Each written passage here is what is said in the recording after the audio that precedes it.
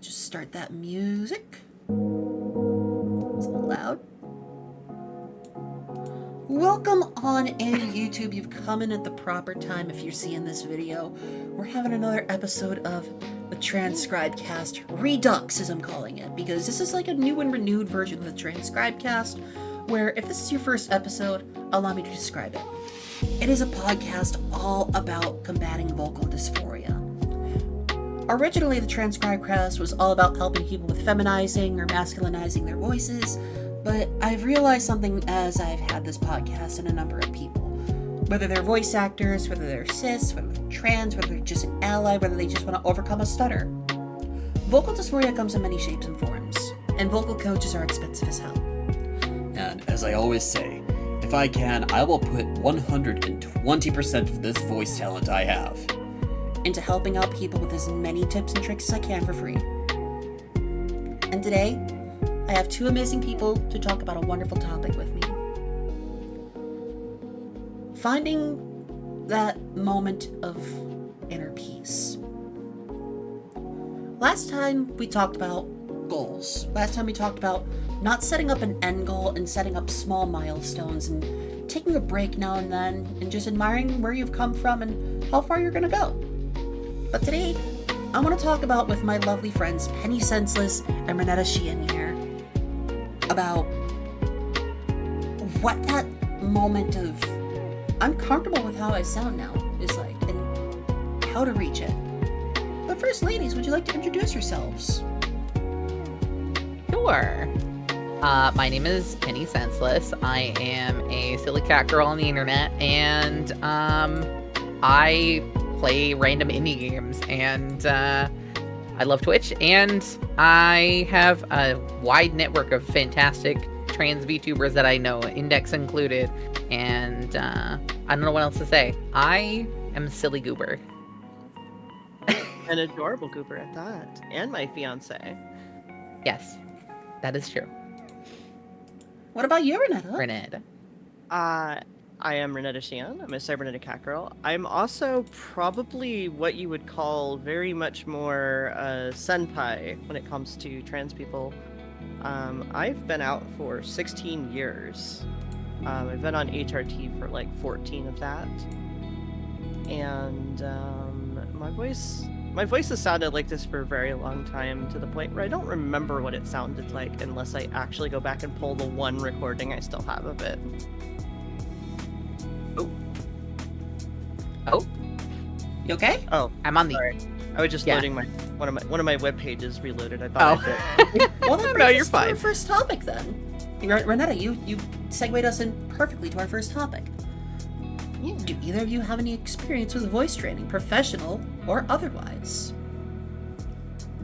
Renetta can go first.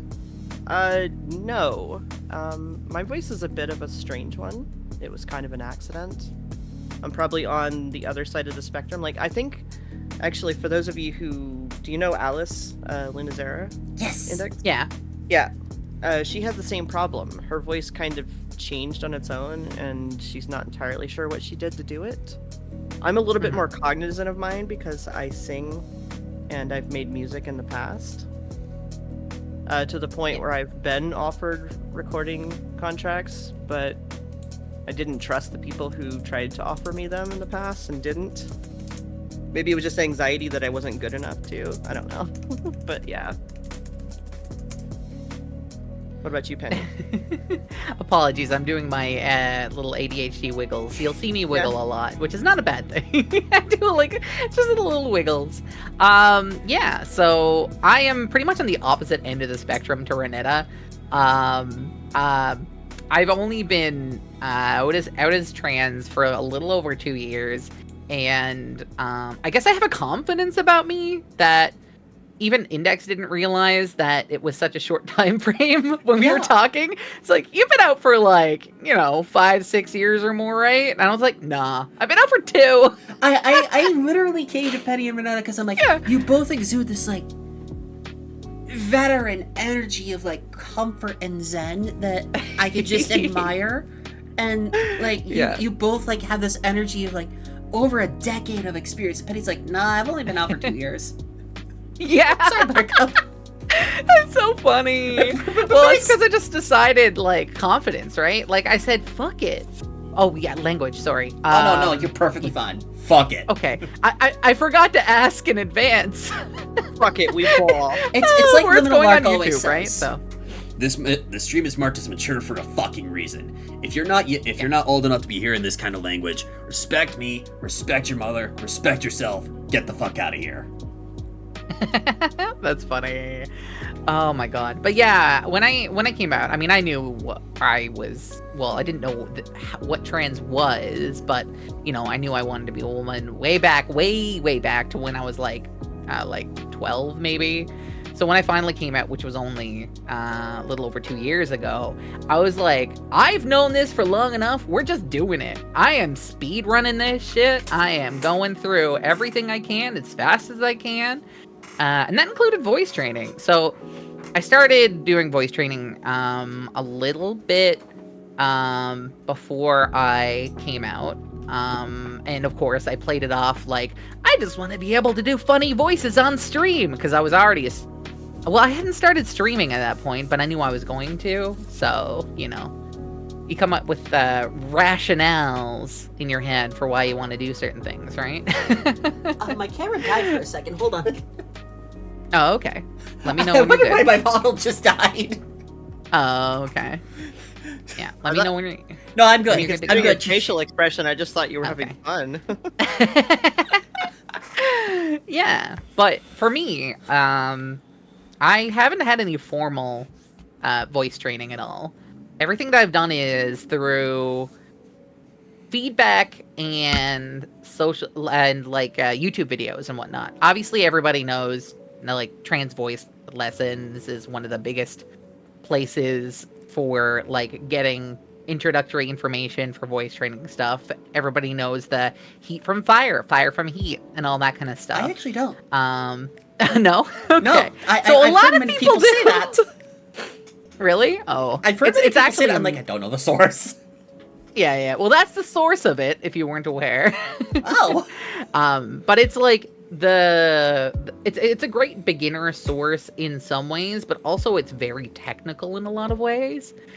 So it can get really overwhelming when you're looking at it, and you just got to take your time with it. Then I went on various Discords, including the Discord for that particular channel, and I'd post voice clips, and I'd get feedback from other people about things that work and things that don't work, and it was a lot of iteration. So for me, I worked retail at the time. Now I work customer service, so I still talk all the time. But because I worked retail with a front-facing job, I had to talk constantly. So being perceived femininely was important for my perceptions and other people's perceptions of me working in retail. You know, I would see in the run of a day, like 100 or more people. The holiday season, I will guarantee I probably saw like 1,000 people in a day before. Wow. So when you're talking to so many people, you want to, you know, you want to be perceived the way you want to be perceived. So for me, I would work all day trying to work on my voice while I was at work. I lost my voice a couple times because I pushed myself a little too hard. And then I would like spend a day out in the stock room doing like managerial work and stuff. So I didn't have to interact with customers for a day and let my voice rest. It was actually over the course of probably only about 6 months that I did all the voice stuff. And then everything that's happened since then has just been tweaks that happen naturally just by using your voice. Because once you get the start of it done, you can practice those muscles and do everything you need to keep going with it without having to actively focus on it constantly, right? Yeah. So, yeah, that was my experience with voice training so far. Yeah. Actually, No maybe professional. maybe an important point for later, but Clumsy Minty was asking Ashley. if I can learn how to speak. Clumsy Minty was actually asking if there'd be time for Q&A at the end. Yes, actually. I always set aside the final 15-30 minutes for Q&A from the audience. Yeah, absolutely. And I mean, if a question doesn't get asked throughout this process and you're just like nervous to talk about it on stream, just send me a DM on Discord. I actually keep my DMs fully open, which I know is technically an issue, but I don't really worry about it too much because it's not like I'm a huge known entity, a huge VTuber or anything. Obviously, I might have to change that in the future if I, for whatever reason, like, get more attention at some point. But for now, shoot me a DM.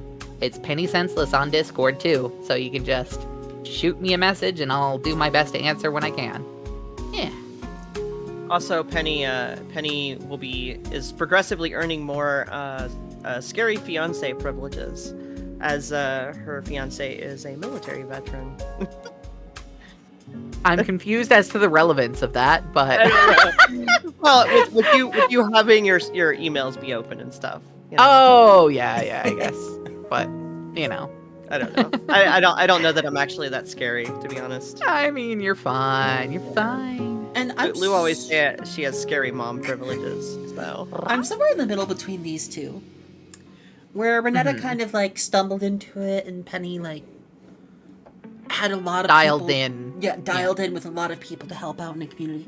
I sort of dialed in on it over time, on my own with only the coach that I had, and I never had the heat from fire from heat or anything like that. Yeah. As I always like to say to people, like I started out my journey like around here, kind of like mumbly, gravelly, nasally a little bit, and just kind of, generic. Jin Eric the protagonist. Jin Von Eric the protagonist. Yeah. And I never thought I would get to this area. Yeah. And when I first started my journey, I really wanted to be in this range all the time. I really wanted to be in this range. But at this point, I'm happy with where I've reached. Like, people have said, like, I sound like a tomboy voice actor trying to do like a guy voice, like Ash Ketchum almost. And I'm like, you know what? That's cute. I'll fucking take it. I love that. I'll fucking take it. Yeah.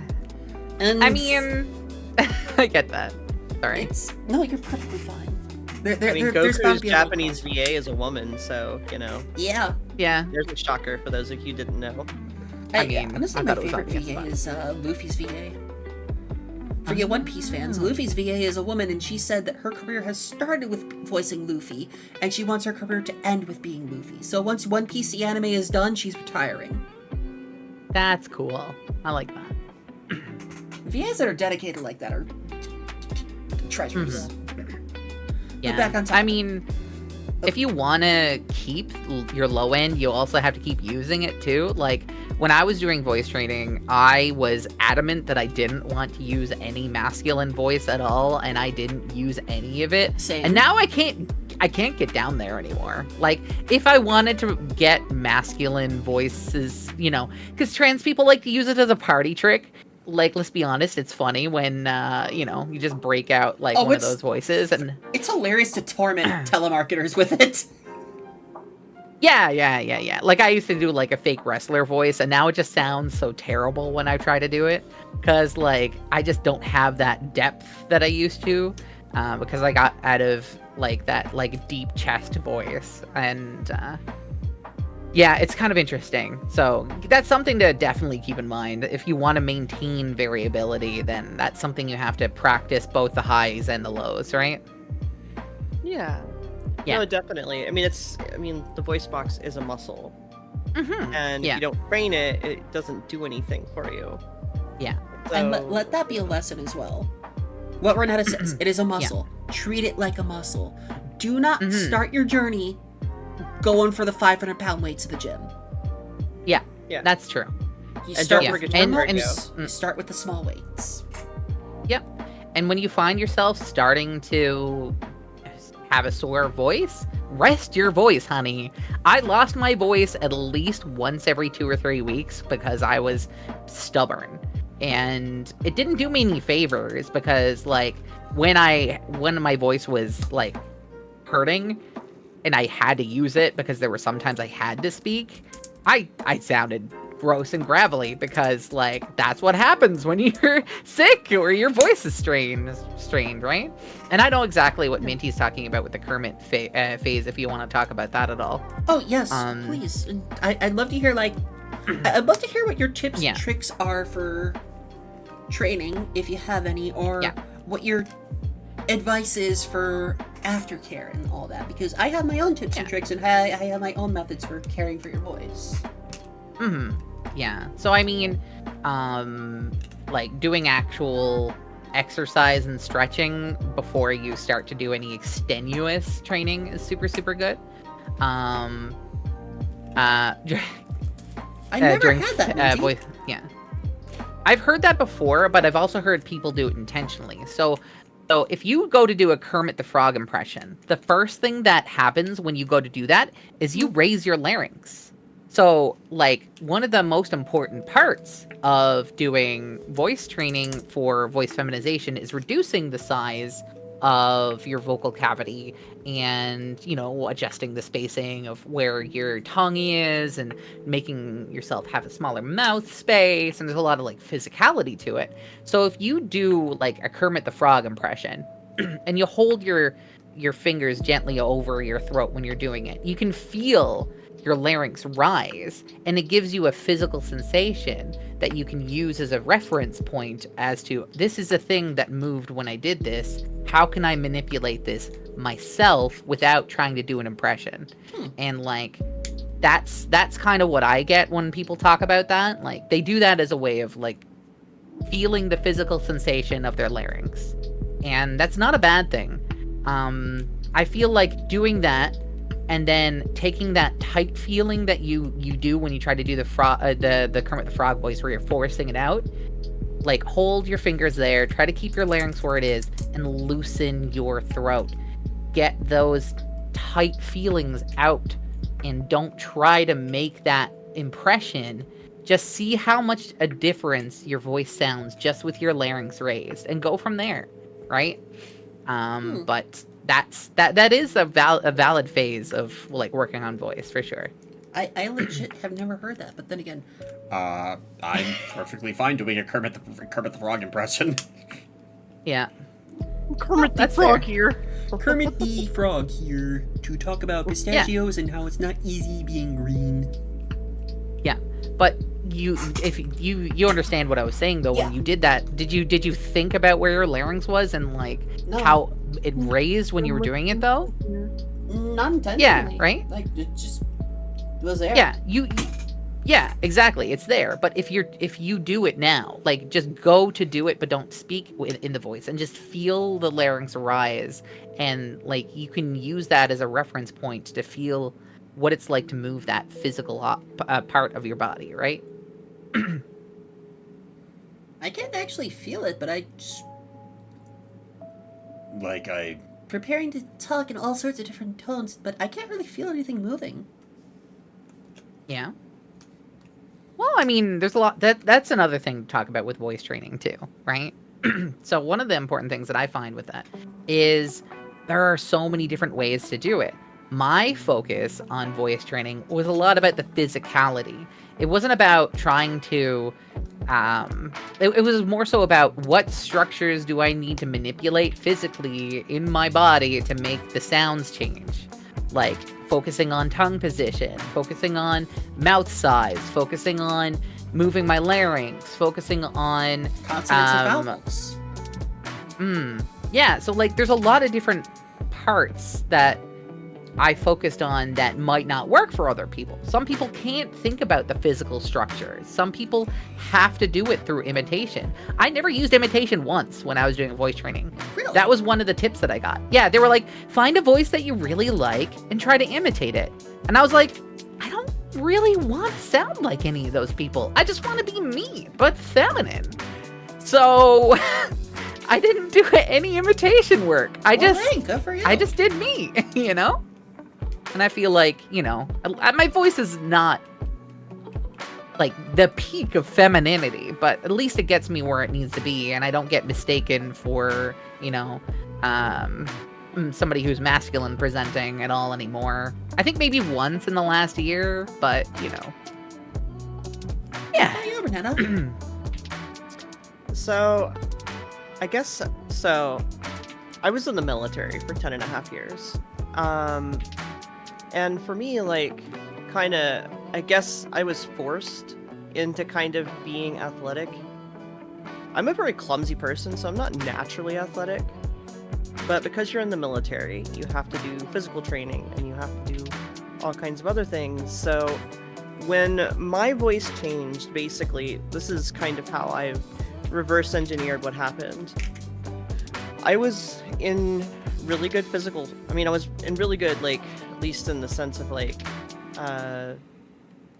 military physical fitness. I was in very good shape physically at the time. Like, when I moved in with my first roommates after I came out, they said the first time they met me, I was just, like, ripped, apparently.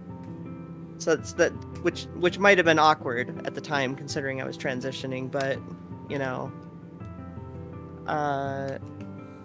and I also did music. And see, it's kind of funny. One of the things that always comes up when people talk about voice training is singing, sing-songing, and stuff like that. Like, trying to be like, sing in this voice and then try to talk in it, kind of thing. You know what I mean? Because I can raise the pitch of my voice if I spend any time with it. I just don't want to. I'm a 5'8" tall woman with big thighs and abs. I would sound really funny if I sounded like, somebody coming to your door to sell you Girl Scout cookies. You know what I mean? Put it mildly. I would sound very strange. But the way I've reverse engineered what happened with my voice was that when I was in the military, I was forced to maintain a kind of masculinizing tone. And I don't know if you've ever heard the voices of women or AFAB people who served in the military. They tend to have a more androgynous, masculine sounding voice. Yeah. Because people don't take you seriously if you talk in a very femmy voice, which is another important detail for Penny, I suppose. Because if Penny had taken on the visage of ultra girly voice, she would have had much more difficulty doing her job as she came out at work. You know what I mean? Yeah, just talking to everybody like this and be like, oh my god, I really appreciate you for shopping here. Yes. And it's a trait you see in politicians as well. A lot of AFAB politicians also have fairly deep voices, and it's because that voice is seen still in our culture as being more authoritative. It's also easier for the human hearing range to hear as well. I'll add that much, because your upper ranges of hearing tend to go away as you get older, so higher pitched voices get harder and harder to hear. But I was very athletic. I relaxed doing the military tone because I didn't have to order people around anymore.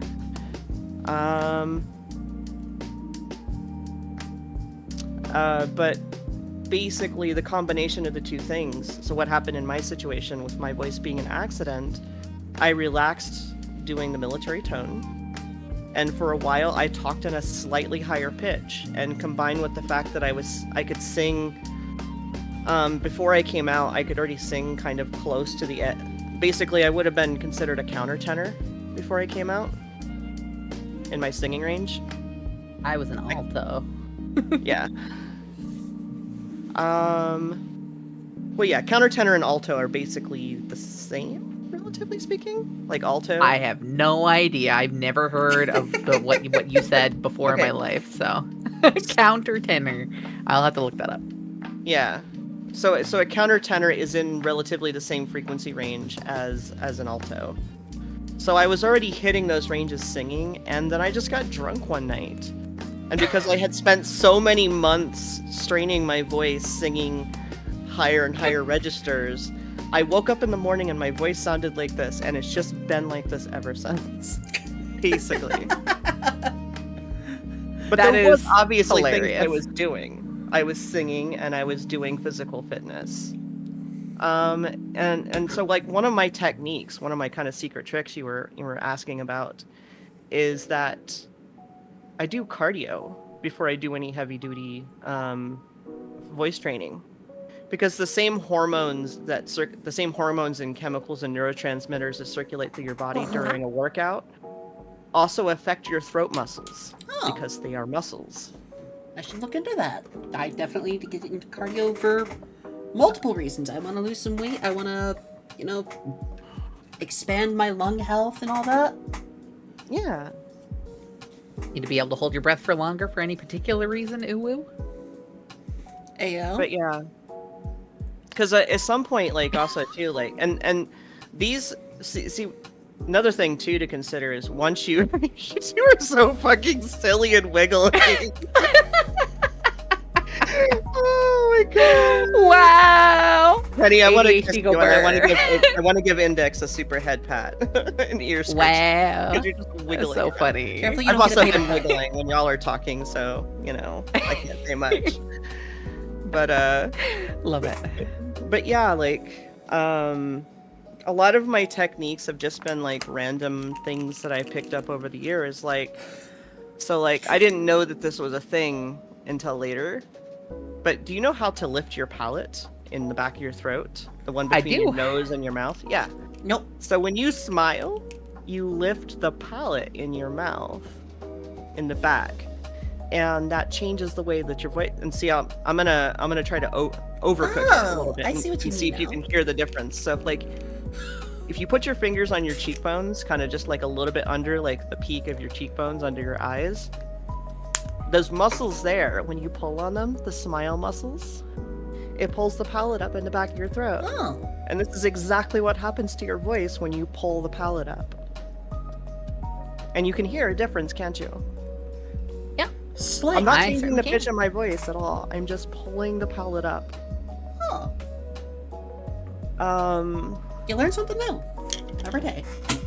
but also Exactly. too, like, I combine that with doing swallowing exercises. Not perverted, not SNX, just drinking water, okay? What's with those faces? Remember, if you see anything Oh my funny during God. the stream and you want to clip it, make sure to title the clip so I can take a look at it later. Okay, so I take a 4K. tiny sip of water because I don't know if you knew this, but when you swallow, your voice box naturally goes up because your body's trying to connect your airway to your trying to connect your stomach more to your mouth than to your airways, so you don't just like breathe the water in. And when that happens, your voice box naturally goes up. Huh. And so one of my exercises, because I want to start singing in femme voice and making music again. So I do this exercise where I swallow and I do the smile trick where I'm pulling the palate up. You heard it here first, folks. Swallowing is good for your health. Oh my god, Betty.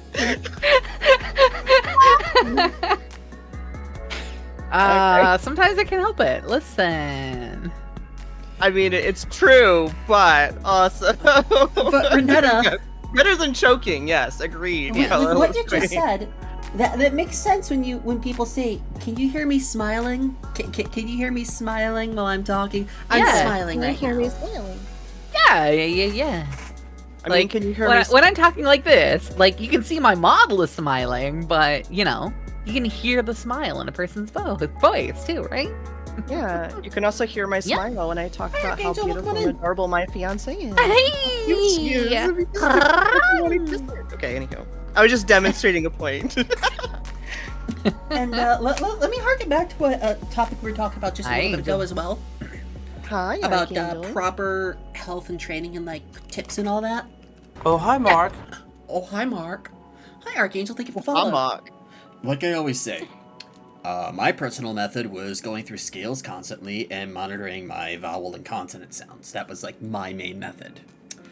Well, you But- actually had somebody teach you stuff. Yeah, that's true.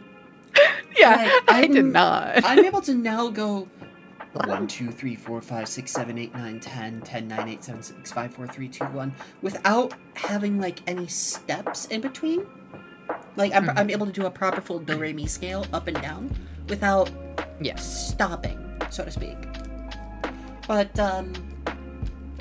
one of the things that we stressed a lot during this time was treat those scales like you're lifting weights, and those weights should be slowly increased in intensity and size as you grow more powerful.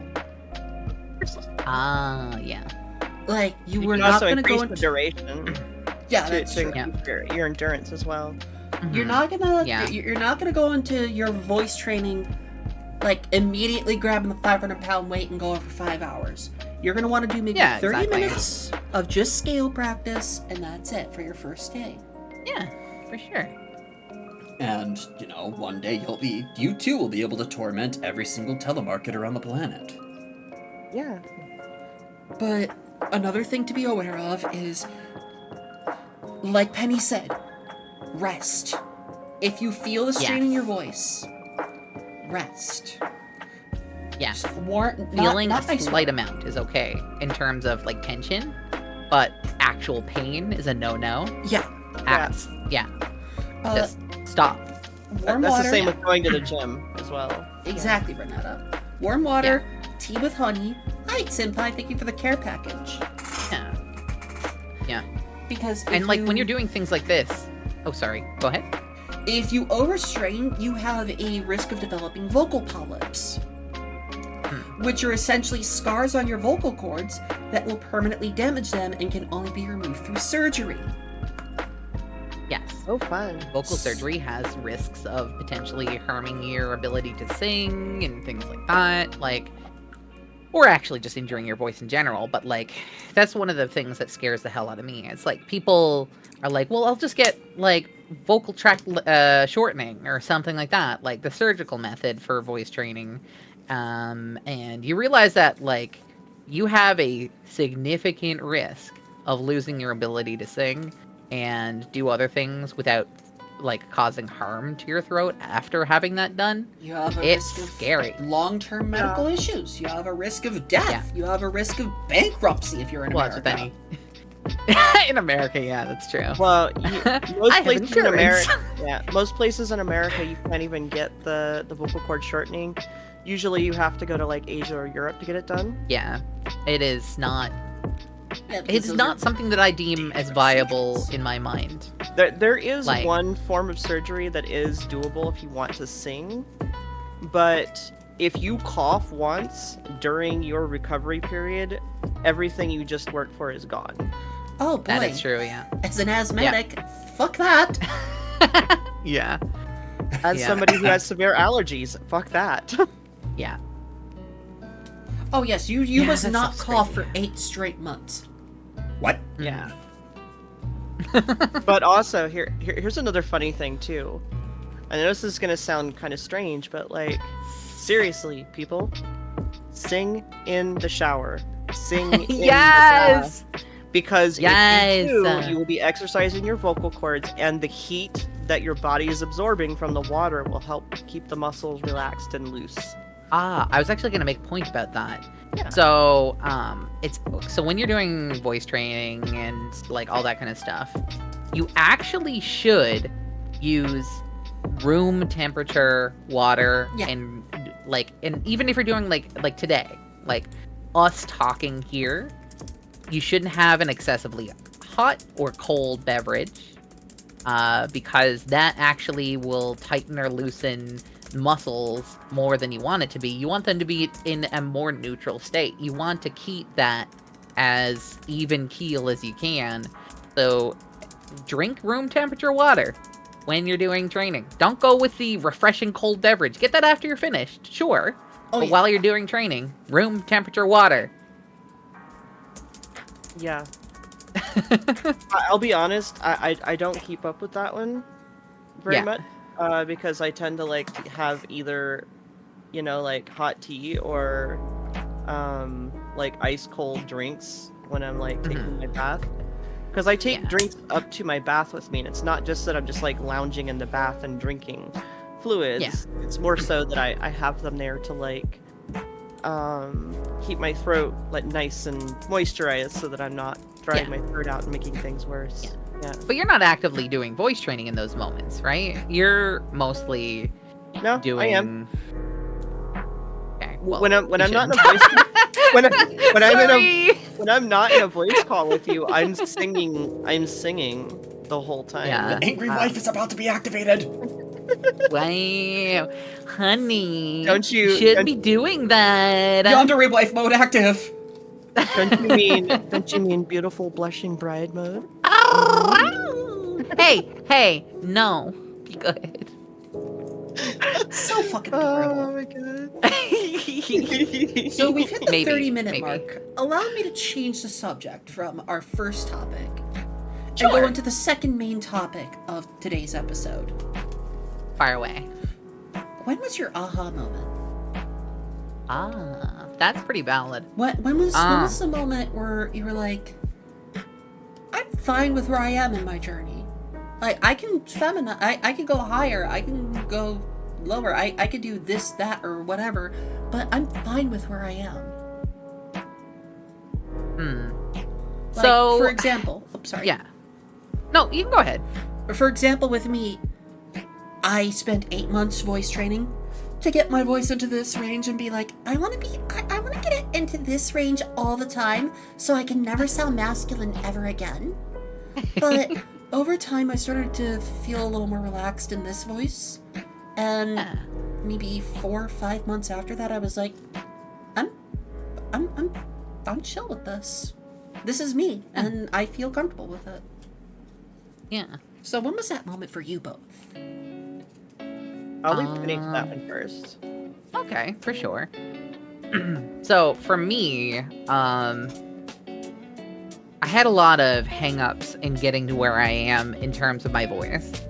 Because if you follow all the like guides that they have out there, like to a T, I have some vocal qualities that they would consider no-nos. Like vocal fry and things like that are things that they try to teach you to remove from your voice when you're speaking. And I have a significant amount of that in mine. And you know, I've thought about it multiple different times, and I was like, I could remove it and, you know, make things a little bit less harsh and that kind of thing. But, you know, I just couldn't wrap my head around it. And at a certain point, I just started focusing on other aspects of it. And I was like, I'll just see if I can roll with it like it is, right? And if you listening to my voice right now perceive it as feminine, then that just goes to show there's so much variety when it comes to voice that you don't need to follow a rule book to a T. Like, you don't need to remove every single aspect of masculinity as it's perceived from a voice and have it still sound feminine, We right? had a previous episode that was all about that. Yeah? Heck yeah. I love that.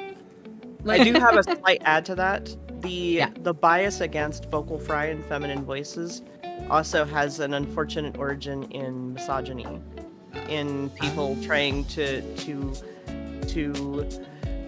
condition women into having more feminine voices and avoiding anything that would leave them with a croakier sounding voice.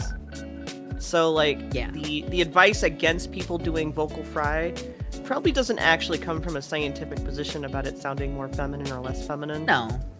And more from a position of, ew, it bothers me when women make this noise. Then to You know those what I people, mean? allow me to say this. Fuck the patriarchy. Or we could just vocal fry at them. yeah, just Yeah. everybody just Well, open up your mouth and, I mean, well, what I can do instead is slip into this voice that uses a lot more of that vocal fry and really leans into it, you know? Yeah, I also have one of those voices, right, Penny? Hi. Yeah, you certainly do. man, nobody spent 2,000 points for the RR, and y'all are giving it out for free. We're just using the voice. It's fine. It's fine. See, but yeah, like this harkens back to a previous lesson we've had that I'd love to talk about. Yeah. Really well, quick. that's good. Full circle, right? And like Renetta brought up something super amazing. Sorry, Renetta, I cut you off. Oh, what's that? What did I bring up? Question mark? Oh, when you were talking about like the more authoritarian and like slightly more like assertive femme military voice. Yeah. Yeah. You don't have to go like manly masculine. You don't have to go hyper girly pink feminine. There's a wide spectrum of voices. Oh no. What am I gonna do? I mean, allow me to use a prime example here. Look at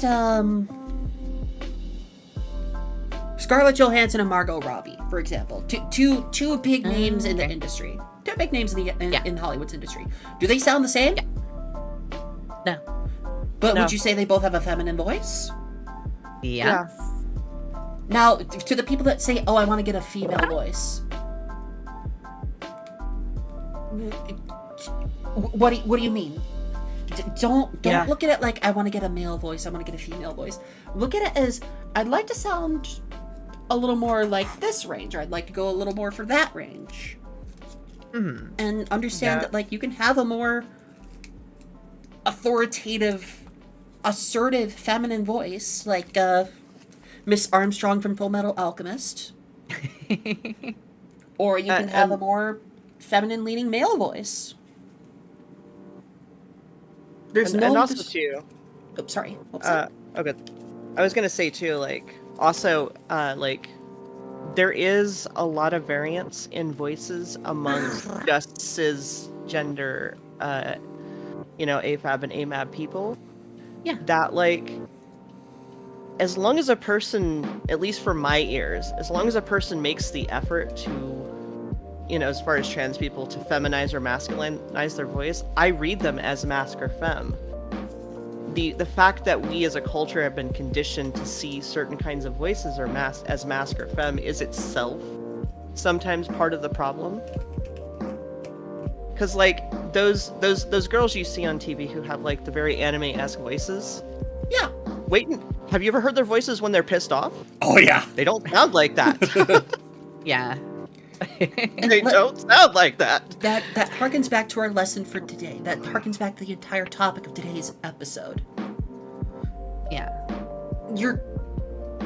The main thing from voice training shouldn't be I want to sound femme, I want to sound masc. It should be I want to sound comfortable.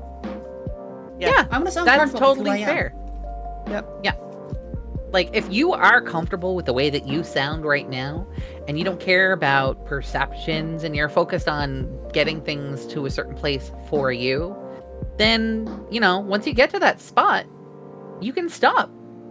Fuck it, right? Like, you just stop, relax, chill, you're where you want to be, right? Some people never get to that point, and I understand a lot of it comes from perceptions of other people more so than themselves. Like for me, I worked retail. Right now I have a customer service job where I have to answer phone calls. And if somebody says, thank you for the help, sir, and I don't want to be referred to as a sir, then it fucking hurts when it happens, and I do everything I can to keep that from happening. But like, you are not bothered by that and you don't want to do voice training, you also don't have to do that either. If you want to do it, do it for you in the ways that it matters for you. And when you get to that comfort spot, don't tweak it to make it fit other people, right? Yeah. And I'll have an example of that later, and I'll talk about that later, so remind me about that. That does kind of bring me to my next topic, though. Oh, okay, but we haven't really gotten to Renetta and the other topic about when you felt you were comfortable, unless you want to move to the next topic. No. I want to hear everybody's perspective. It's just like, and I didn't really talk about mine either. But you have already brought up the next topic already without realizing it. Terrible. No, you're perfectly fine. You're doing perfect. Yeah. Natural conversations, right? But about getting to where you feel comfortable. For me, I got tired of doing more voice training. I was being perceived femininely most of the time when I was talking, so I stopped doing it. And then after a while, I took a recording of my voice and I listened to it back and I was like, this is fine. I don't need to do anything else. And I just kind of like went with it, right? And it's not always going to be an instantaneous aha moment. Sometimes it'll be like you get to a point where you feel pretty comfortable, you feel like you could do more work, but you're doing something else. You put it down for a while. And then you're like, I might go back and do some voice training again. You start with a basic recording for a bass line. You listen to it back and you go, oh, that's fine. Okay. I'm going to play a game instead. You just boot up Diablo or something. I don't know. Yeah. What about you, Renetta? Anyway. I'm very much the same as Penny. There wasn't really an aha moment, and also because of the fact that I want to at some point get back into music now that my body and brain are a bit more mended than they were the last time I tried to do music. I don't think I'm ever going to have an aha moment in the way that you would think about it, just because of the fact that I'm always going to be listening to my voice and thinking of ways that I can advance or improve upon it. As a musician, not necessarily that I'm dissatisfied with my speaking voice, because, I mean, Penny, how many fucking voice recordings have I sent you? So many, and I love every single one of them. If I wasn't happy with how I sounded, I would not be able to send one of those. So exactly. like, I'm pretty sure you sent me like 10 or 12 today, because you Yeah. rather than type messages out, you usually like to send them as voice memos. Like, yeah. yeah, I'll So, get like- like one typed sentence and 6 voice memos.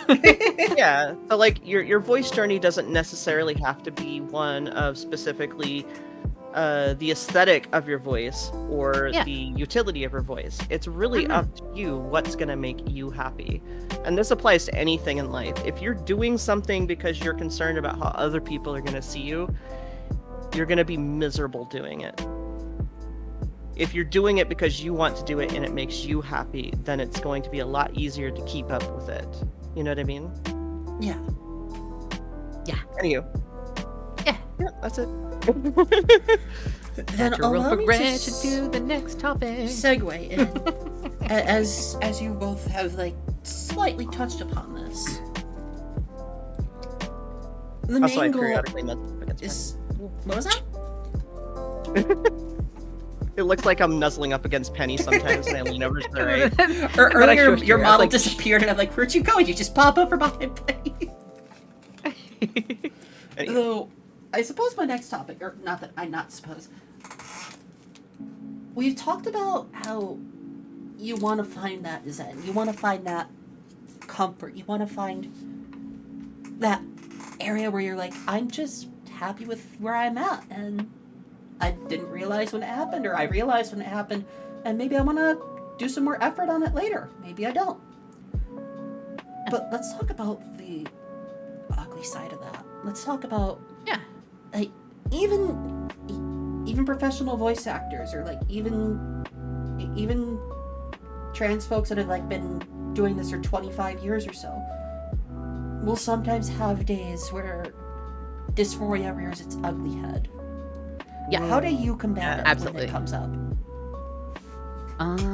So my personal biggest dysphoria moments come when when I was dabbling with editing and I was going back and listening to VODs and clips, and my perception of my voice is a lot less feminine than everybody else's perception of my voice seems to be.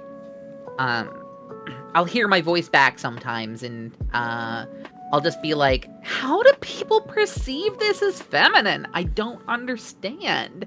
And then I'll go into like a spiral where I'm just like thinking about what I can do to change it and how I can manipulate it in a different way. Maybe I should raise my pitch again, or, you know, because I mean, I can physically raise my pitch higher than it is right now if I wanted to. But like, it's hard to stop that spiral. The easiest thing for me to do is to just sit down and like stop that activity for a while, and talk with other people to get comfort and reassurance. And you have to make sure you do that with people that are going to be honest with you about things, right?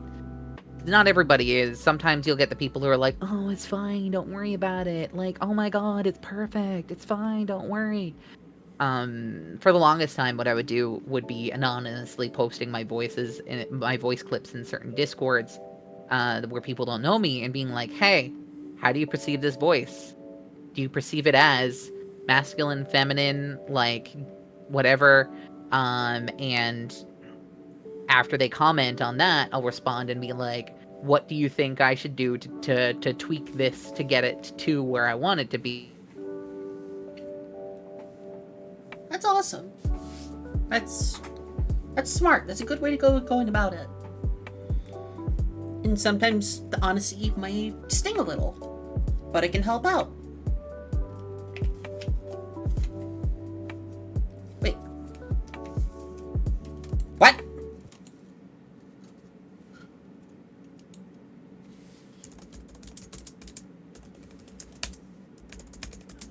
Welcome back. Hello? Hello? Hello! You dropped the call. Discord Yeah, entirely okay. crashed on me. Oh Yeah, no. It happens sometimes. Yeah. Okay, well that's fine. Yeah. I don't even remember where I left off. But yeah, I remember now. Okay. I was talking about leaving my voice in like Discords anonymously and asking for feedback as like a way to like stop the spiraling. And like it eventually got to the point where the feedback was always, your voice is fine.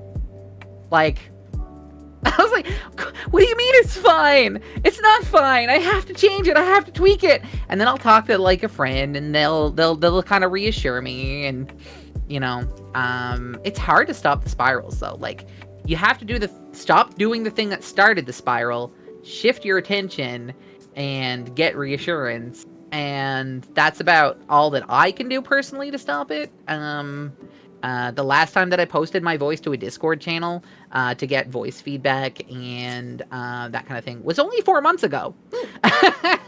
Even though I haven't tweaked anything in a long time. Just because I had a big dysphoria hit when I was dabbling with editing shorts to post on things. And I was like, yeah, no.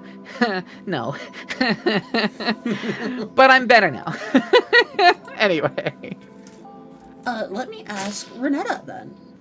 How do you combat dysphoria when it rears its ugly head?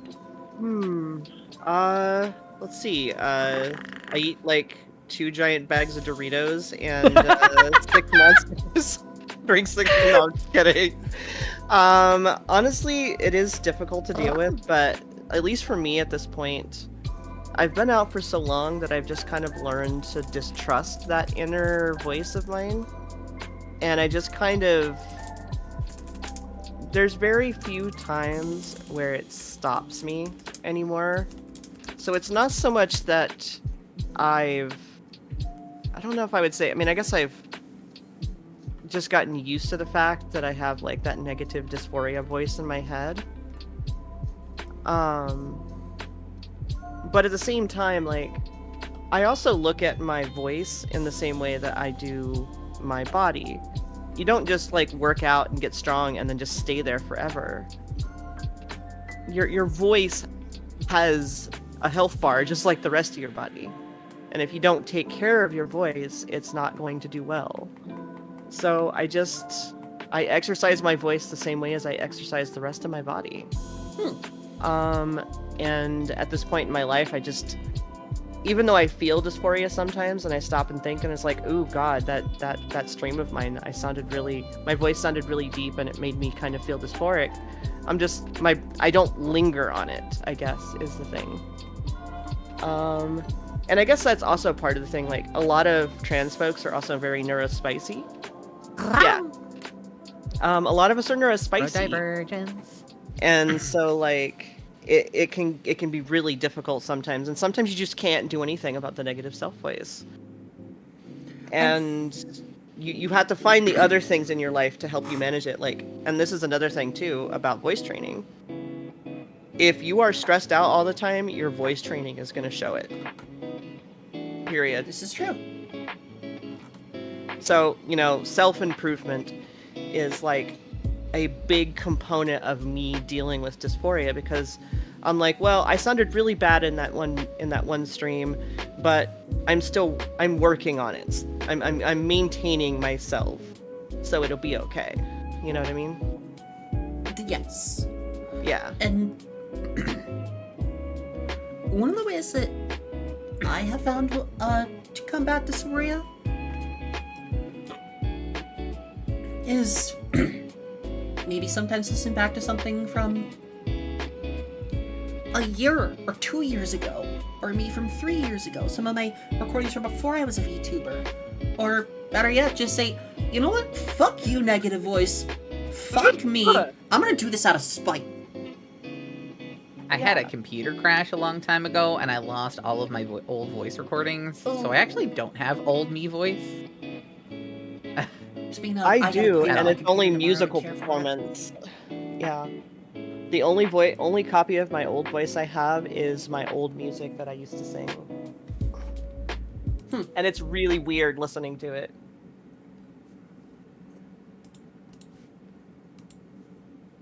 But yeah, Penny's heard it. Sorry, you got me on the topic, and now I'm looking to see. Oh. I'm looking to see if I have any old. Yeah, no. Yeah, my voice is very different now than what it was back then. Like, yeah. Penny heard it. It sounded very night and day different. Yeah. Yeah, no, it definitely does. For me, like, I always was very resistant to trying to to the idea of having a deeper voice growing up anyway. So I always tried to keep it from getting too far down. But, like, it still didn't start at a very feminine place. It started, you know, pretty low, right? Well, let's hope your house doesn't burn down, Minty. That'd be bad.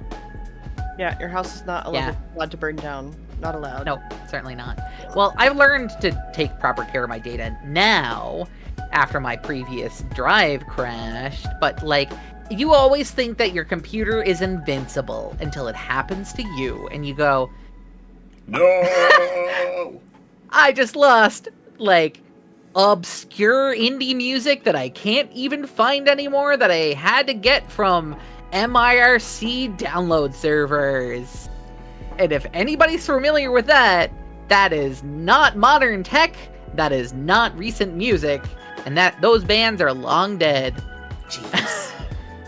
I'm so sad. My computer, my brand new computer that I spent a lot of money on, like, customizing and all that, a couple of months ago had its very first blue screen, and my stomach dropped.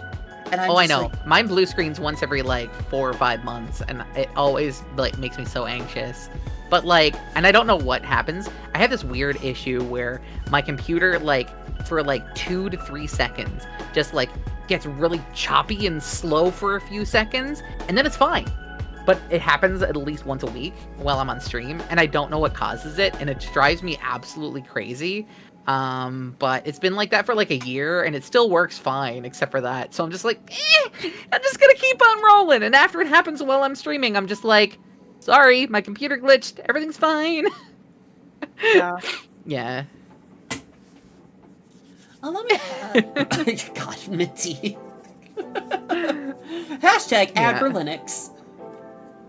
Well, see, I'm a gamer, and Linux is not very common for it to get builds. More now with the Steam Deck, because, you know, but, like, there are quite a lot of weird-ass, crazy indie games that only have Windows builds that will likely never see the day on Linux, and that's just a fact. So, like, I will not have Linux running on my system for that reason, because I'm a slut for indies. Like, if an indie game that looks cool slides into my DMs and is like, hey, here is my cool indie game, do you want to play it on your stream? They don't have to offer me any monetary value. I'll just play it because it's cool. Give me a key, it's fine. And that's like half of, like, once or twice a month I'll do that. I'll just, like, do random indie games for a whole day. Aw. Yeah, this is something Penny definitely does. Yeah, but anyway. Okay, we've hit the hour mark. Let me not to corral the cats, so to speak. Let me ask the third big topic of the day. Sure. What advice would you give to people who are still struggling on their journey, or people who are struggling to start their journey? For people that have started their journey and like have gone through like the heat from fire, fire from heat, all the different tips and tricks, and are still struggling, what advice would you personally give? I'll let Renetta go first this time because I've kind of commanded the space. No, you're fine. Okay, could you repeat the question again? Because I coughed and my brain just kind of like hiccuped. Oh no! Oh, surgery's Cough now, brain the reset. surgery's now valid. Yeah. What advice would you give to people who are still struggling? You okay? Yeah. I would say He has coughing fits lately. yeah. I take a medication that sometimes makes my throat extra dry, and then you know, God, I hate that. using my voice or having too much caffeine will kind of aggravate it. That's why I'm sipping so much tea right now. But yeah, what But, advice would you give to people who have gone through all these like tutorials and still struggle, or people who are like struggling with, I want to get started, but I don't know where to get started? What I would say to those people is that the best thing you can do is do things for yourself, kind of going back to what I said earlier. And sometimes that might mean adjusting your goals or adjusting your path with it.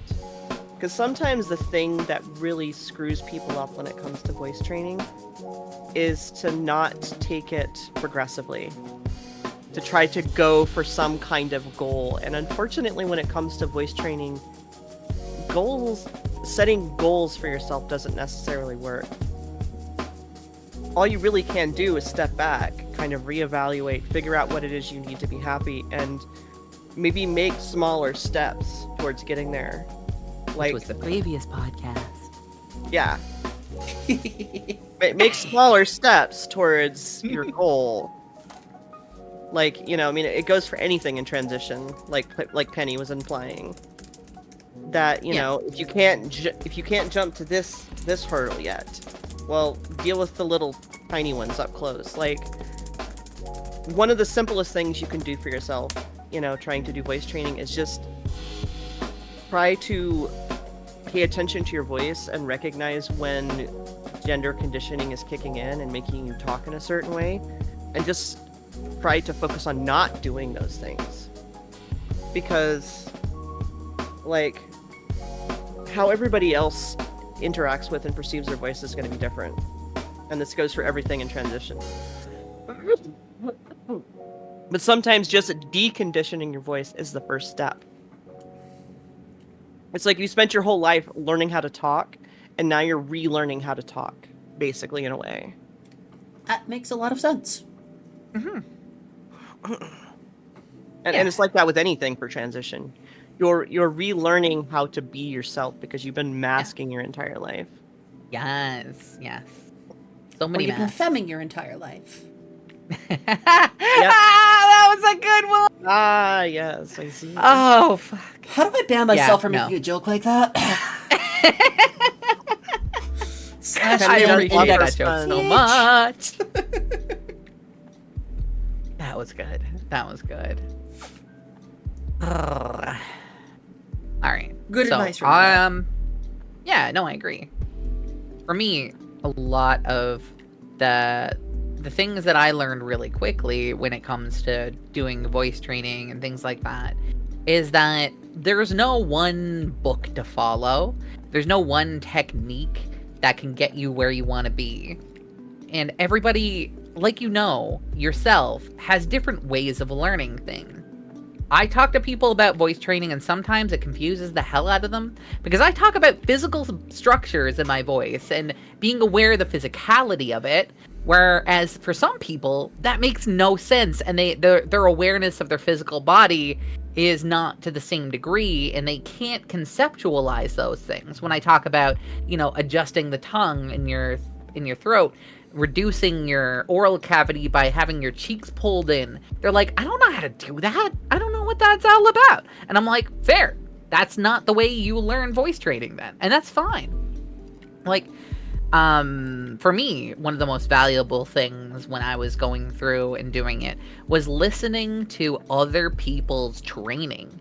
So, there you can find kind of like podcast style recordings of other people going through voice training and getting tips for different things, and seeing how the suggestions and the adjustments that those people make, you can hear the clarity and the changes that they make. I would be like, okay, I get that. So I'll listen to what their instructions were and see if I can change the same qualities in my voice. And other things that people recommend, like I said previously, I never did imitation. I hate the idea of doing imitation because I wanted my voice to be my voice. I didn't want to copy some other like popular pop star, whatever. I wanted to make sure that I made a voice that felt was mine, that I wanted to be authentically me, right? Yeah. Then I also ended up pulling out a second voice where I can just, be like extra sultry with everybody in chat and a little bit extra playful. But that was just, that was just a bonus training route, right? Oh, everybody I know has that exactly alt what you path. mean. Exactly. Everybody has that alt path. They just gotta explore and find it, right? The power of the Sith I'm is strong sorry. with this one. Penny also likes my alt. Hey! Not on the podcast, honey. And to harken back to Oh what my my two God. guests have said, the best advice I could give if you're struggling, look at where you're at right now, understand what you're struggling with, and see if there's another technique. See if there's another method. Yeah. Like, Exactly. the same can be applied with writing, the same can be applied with art, the same can be applied with music. Like, you can look at art tutorials and be like, how to draw a head. And people are like, oh, you should try using the box method. Oh, you should try using the triangle method. Oh, you should try using the mask method. Oh, you should try using the Loomis method. The goal of studying these techniques should be, what makes sense to you, and what can you do to make it yours? What can you do to apply to your quote-unquote style? Yeah. And that could be applied to voice training as well. Yeah. I mean, you also have to be somewhat consistent in doing it. If you do like an hour of voice training once a month, when you somehow manage to have the miracle situation where everybody is out of the house and you have a quiet space to yourself to do a little bit of it, that's not going to help you. You need to find a quiet place. You need to go for a walk somewhere, find a place where there's nobody around and do that. You need to like find a time that works for you, that allows you to do it. Or you just need to like, pony up and realize that the people in your life that love you are not going to judge you. If you decide you wanted to mess around with voice, if you're open and honest and communicative and they love you. But I know that not everybody has that situation. And that's where it gets more complicated. And that's where, leaving the actual house and trying to find a safe space to do it, even if it's at a friend's house, like visit a friend that you trust, that you can talk with. Isolate yourself in a place in the house that other people can't hear you and go into a voice call with somebody. The best thing you can do is actively practice enough that it doesn't hurt your voice, but you can't just do it like 1 hour a month. It has to be something that you work at, because if you don't practice, if you don't stretch a muscle, nothing happens. If you don't exercise something regularly, you don't get progress. If you sit on your ass and twiddle your thumbs, nothing's gonna change. And I am very much an advocate of, doing things to make yourself more comfortable and not resting on your laurels. Like, I decided I was gonna start transitioning in January of 2022, I think. So in January 2022. By 1 week later, I told my mother. 2 weeks after that, I told all of my friends. It was by March I had HRT.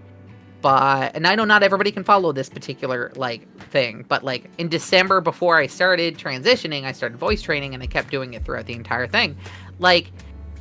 Don't sit on your hands. Use your hands for fun things sometimes, but also to be productive. and to kind of feed back into something that the things that Penny said on a couple of points, and kind of to lead back to some of the things we mentioned already. My voice might have clicked on its own, but I was talking to people in a voice chat every day. There was never a point in my day where I wasn't using my voice. And me and Penny, unfortunately, know somebody who's struggling with the voice journey precisely because they refuse to put the time in, because they're always too anxious about what other people are going to think of their voice, so they just don't do any training. They'll go for a week where they hit it really hard and their voice hurts, and then they won't touch it for a month. Yeah. And the issue with theirs, they have an environment that's loving. They have an environment where they can actively be doing this, but they're focused on what other people will think about how they sound. Listen, if you go up to a close friend and you say, I really want to do this and I want you to help me, they'll jump at the opportunity because your friends want to help you. I'm just gonna say that now. If I had a friend that was struggling with something and they just sat on that and they didn't tell me about it, and I found out about it later when I could have helped them, I'd be mad. I'd be actually mad. Attacked because I am the exact same way as this friend of yours, except with art and writing right now. Right? Anybody that wants to, just slide into your friends' DMs and let them know you're struggling with something. And that doesn't have to be voice training. It can be anything in life, right? If you are having a rough time. Yeah, that's another good segue into the fact that the most important factor in trans people having success and fighting their dysphoria and achieving their personal transition goals is community. Yeah. Having friends That's and one of the finding reasons. people who are like-minded, Yeah. I mean, that was one of the reasons why I wanted to make the trans Discord was I know that there have been a lot of people that have benefited from having a sense of community there and being able to chat with people and network and, share things about their life and all that kind of stuff, right? It's valuable to have people to share your life with, and there are people in your life that will want to share in that. And I was talking, Mooney, about sliding into people's DMs when you have troubles and letting them know your troubles and not keeping that to yourself, because ultimately the only person that hurts is you, and other people, your friends are gonna be mad if they find out that you were struggling. They're gonna be mad. I know I am. Whenever I find out, oh yeah, there was this thing that I needed that I really wanted to work on, but I didn't know who to talk to. I didn't know how to approach it. And I'm like, bitch, you could have bounced that idea off me 3 weeks ago, and I could have told you 3 different ways to approach that. Come on! Did you what? Bitch, you what? The shortest phrase to put in your mind as a seed is, no man, woman, or NB is an island. No one is an island. No one gets where they are on their own. I live on one. I mean, true. You do live on an island. There's lots of other people there. Actually, all islands extend down to the sea floor, so technically there is no such thing as an island. Excuse me? How dare you? Actually, the continent is technically the island because it is floating upon the magma, the liquid hot magma. And silly Panthea. Andy! No! Oh no! Andy's a trivia nut, so Andy's really ready to put the actuallys on us. I'm so sorry.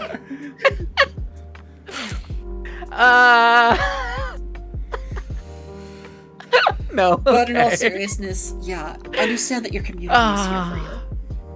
Yeah, exactly. Exactly. Yep. And if you don't have a community, find or build one. You know. Yeah, exactly. Listen, it's more your voices. Oh. Oh. Actually, yeah, you just have to put more, spit when you talk and, close your sides of your mouth a little bit more when you speak to make it sound like this.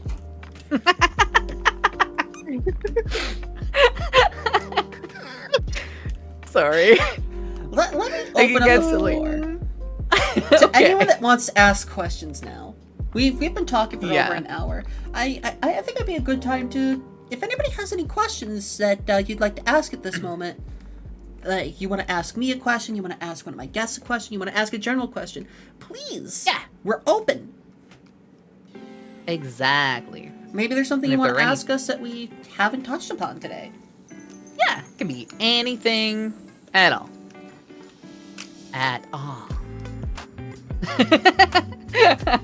Sorry, I'm being silly today. No, you're. I love. The Honey, you're silliness. adorable. I fucking love you. And if there happens to be any trans VTubers, we do have a Discord community. If you want to shoot me a DM, I can send you an invite. It's a closed community specifically for trans VTubers. Sorry to plug a little bit on your channel. Nah, you're fine. I mean, you know, I was going to ask you guys if you wanted to plug anything during this time. fair. But yeah, like we have around 100-ish trans VTubers in the server already, and you know, it's just a good place for people to network and chat and share their experiences.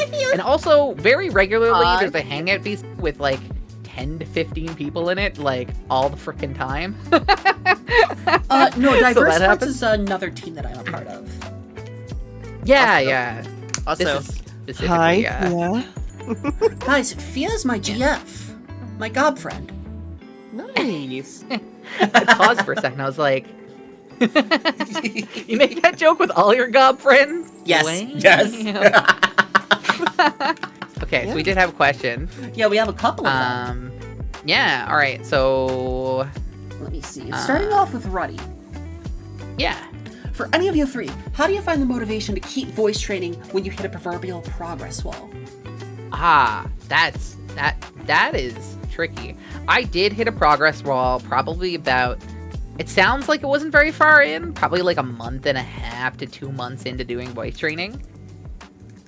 And what I did myself was just take it from a different angle. That was back when I was still trying to do it the traditional way, where I was like following the instructions to a T, and I was like trying to find something I wanted to imitate, and you know, I wasn't focused on the same things. But that's when I started watching like the really long technical videos about like that showed like graphs of how your voice changes based on doing different things, and like the different structures of the voice where it actually had like diagrams of a person's like vocal cords and how things move. And I was like, this is cool. Okay, I can get behind this. This makes sense to me.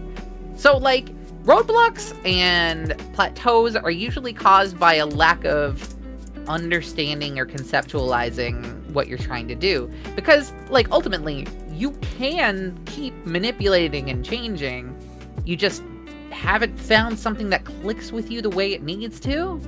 And that's what it was for me. It was finding a different angle to attack it, right? Like, you know, if you're trying to cut through a tough ass steak and you're just trying to cut it in one direction, and then you change to do it against the grain and you're like, holy crap, this cuts so well. Like, yeah, like there's so many different ways to approach things, you know? You just gotta find the one that works. And if that one doesn't work, try a different one. If that one doesn't work, try a different one. Be a stubborn bitch, right? Keep going. Mood. Eventually something will work. Yeah, there's a lot of techniques, and what's going to work for one person is not going to work for the other. And you can't just hope that your voice is just going to accidentally flip one day like mine, because I'm not.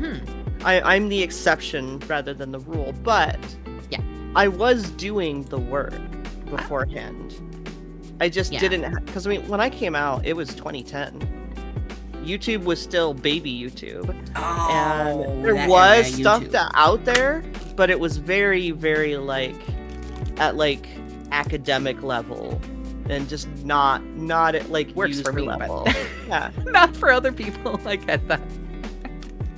yeah, exactly. Yeah. Especially when you get a voice like this. Hi.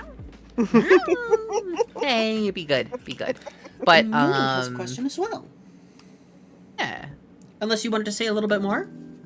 Well, yeah, because Reddy had a follow-up saying Oh. that they've been struggling how to progress partially due to just not knowing where to go from here. Yeah. And that we didn't quite touch on that the same way. Like, Please. it's, yeah. I didn't see like, that looking at the follow-up. different, yeah, no, that's fine. I read very fast. So I've read all the comments that are there so far.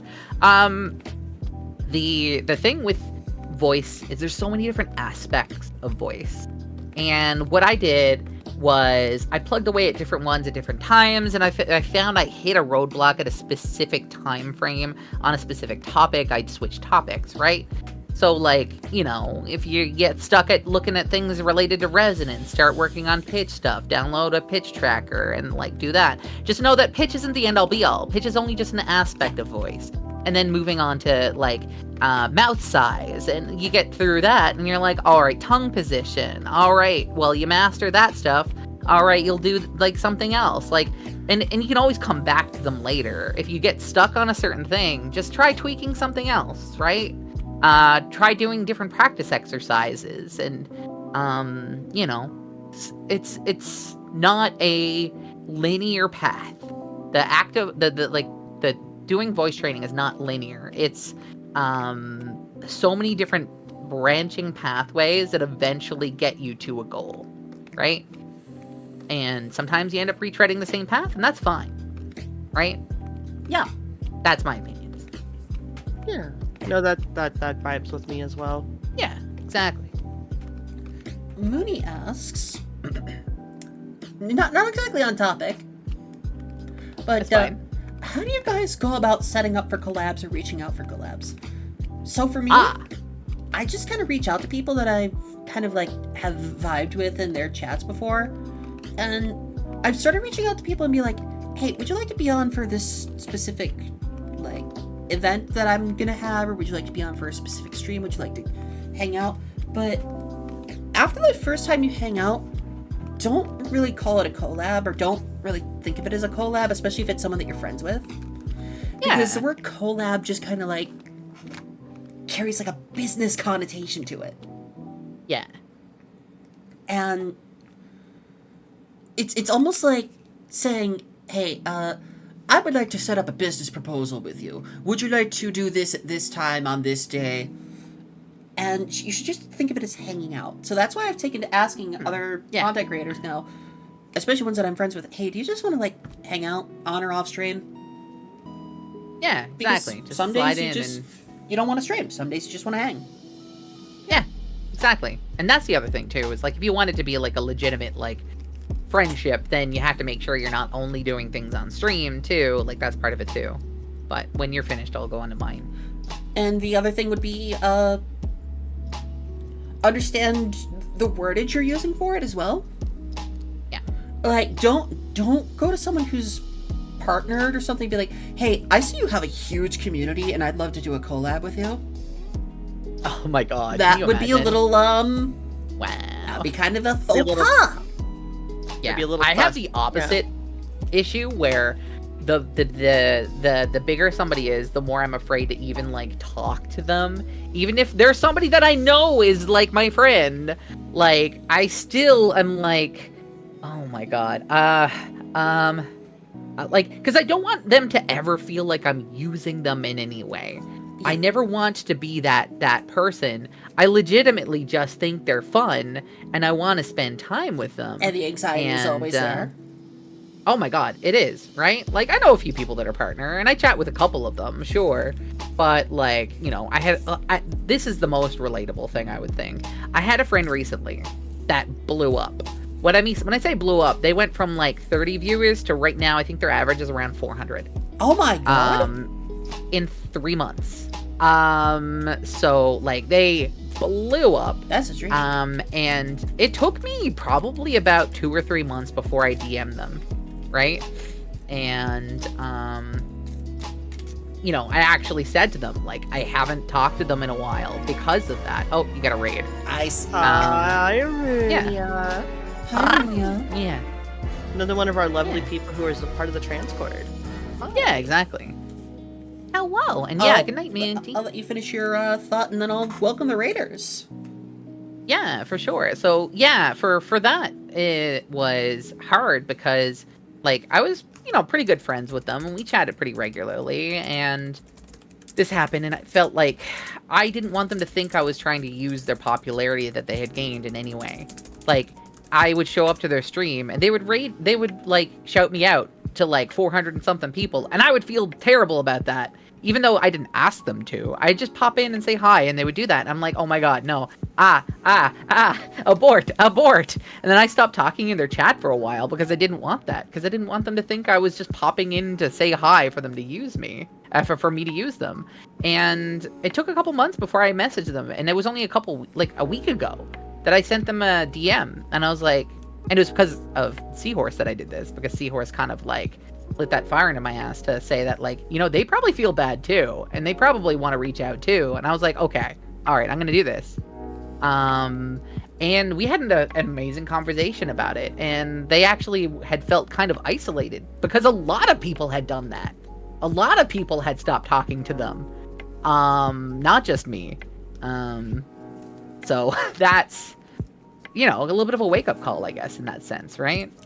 Yeah, I felt the same way about like other members on the TransTuber server. I've like felt that way about Osho. I felt that way about C. I felt that way about Smilky. I felt that way about Neon Harper, or like so many other people. It's just like, hey, I really wanna, I really just want to hang out. You're a wonderful person, but I just don't want you to ever think like I don't want to. I love hanging out in your chat. I love being a part of your community, but I don't want you to think I'm just doing this for clout chasing. Yeah, no, exactly. I feel the same way. By the way, I'm gonna tuck my avatar off screen real quick. So you introduce your raiders, because I need to use the restroom real quick, because I've been. Sure. Oh, okay. Allow me I to will be say. right back. Hello, everybody. My name is Markiplier. Wait, fuck. Hello, raiders. Welcome on in. My name is Index Page, spirit of the library and patron of its namesake. May you find your book in this place. I am a voice actor. I've been a voice actor for 15 years. If that wasn't clear enough to you already. I am also a semi-professional artist and semi-professional author. Look forward to my comics and web novels coming soon. And today we're having a podcast all about vocal training and finding your own zen. And we're currently on a question and answer section. We had a little off topic, but still kind of on topic, talking about how to set up collabs and all that. But with me today, I have two amazing people. One of whom just went to the restroom. The other of whom keeps hitting me in the face with her tail. Listen, I asked you if you wanted me to turn it off, and you said no. I haven't so sneezed. You're just gonna have to deal with it. I haven't Yeah, sneezed. you're just gonna deal with that. So, Runia, Raiders, whether you're here to see your head or not, please grab that book before you leave. Normally, I would like take maybe 5-10 minutes to interact with you, and like, I would take 5-10 minutes to interact with the Raiders, as I've learned from Penny and Renetta, who gave me some wonderful advice on how to interact with Raiders. But when it comes to collabs like this, I'd like my collab partners to introduce themselves as well. Yeah. I mean, Runia knows who I am, but I don't know if the people who came in did. My name is Penny Senseless. I'm a silly cat girl on the internet, and I play a lot of random indie games. And I have a new model coming up within the next month, hopefully. And life is good. I'm a silly goofy goober, and that's it. That's all I need to know about me. And I know, Runa, you were playing some Shadowrun Returns earlier. That's a fun game. That's fun. I just can't really get my head around the system. But then again, I've kind of like become a Fabula Ultima slut. I backed that on Kickstarter. It is a very, the very Shadowrun fun system. Returns games. Yeah. No, wait, Shadowrun Returns is Kickstarter or Fabula Ultima? No, the Shadowrun games. They were Kickstarter way back when. I am return. Welcome back, Renetta. Would you like to introduce yourself to the Raiders? Hello, I am Renetta Shion. I am a goofy little cybernetic cat girl / monster girl. I am also a disabled veteran. I am trans, lesbian, and non-binary. And I basically am just an ADHD streamer. I stream whatever feels good in the moment. I do art and stream, and I make my own backgrounds and my own models. So, Assets and emotes and everything, Yeah. because you're ridiculous and amazing. Yeah. and Penny here is also my beautiful fiance, Hi, Sunky. who I recently got to visit. So, mwah, fucking cute. Yeah. Yeah. I have more to say about that topic too. That we were talking about beforehand. Would you like to? Yeah, sure. We Mooney, got I'm gonna sidetracked by say- the raid. No, absolutely, always. And anybody in the raid, if you have questions you want to ask, voice streaming related or otherwise, feel free to pop it into the chat. And when we're gonna answer any questions people have in chat.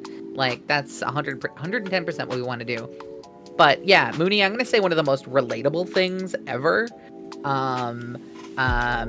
You asked how I plan collabs and that kind of stuff.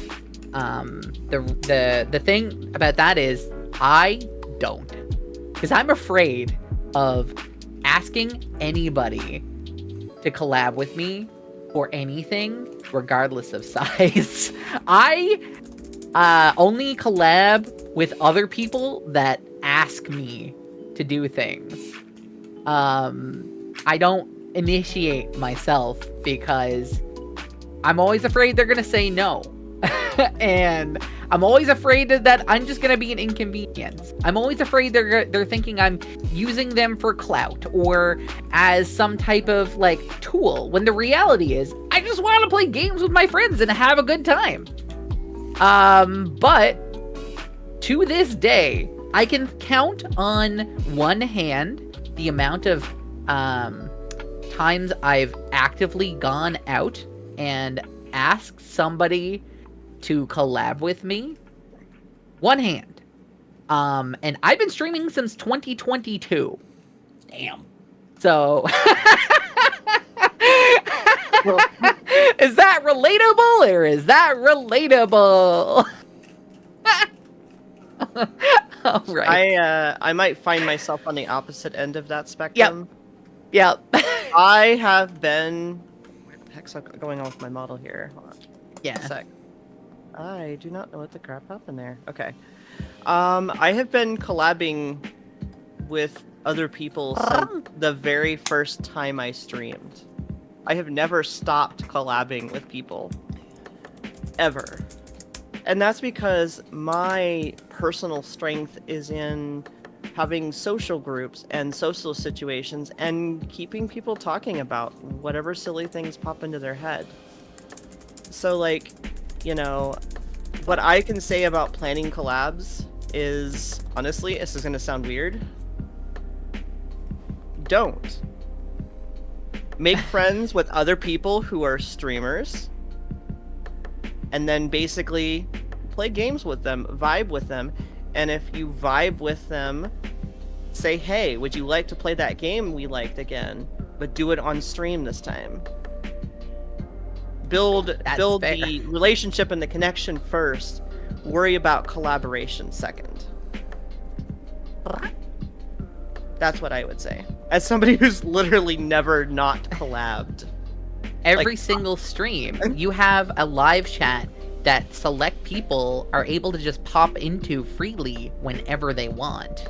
You literally have designed your streams about being perpetually potential collabs without planning, which is wild. Wonderful. Yeah.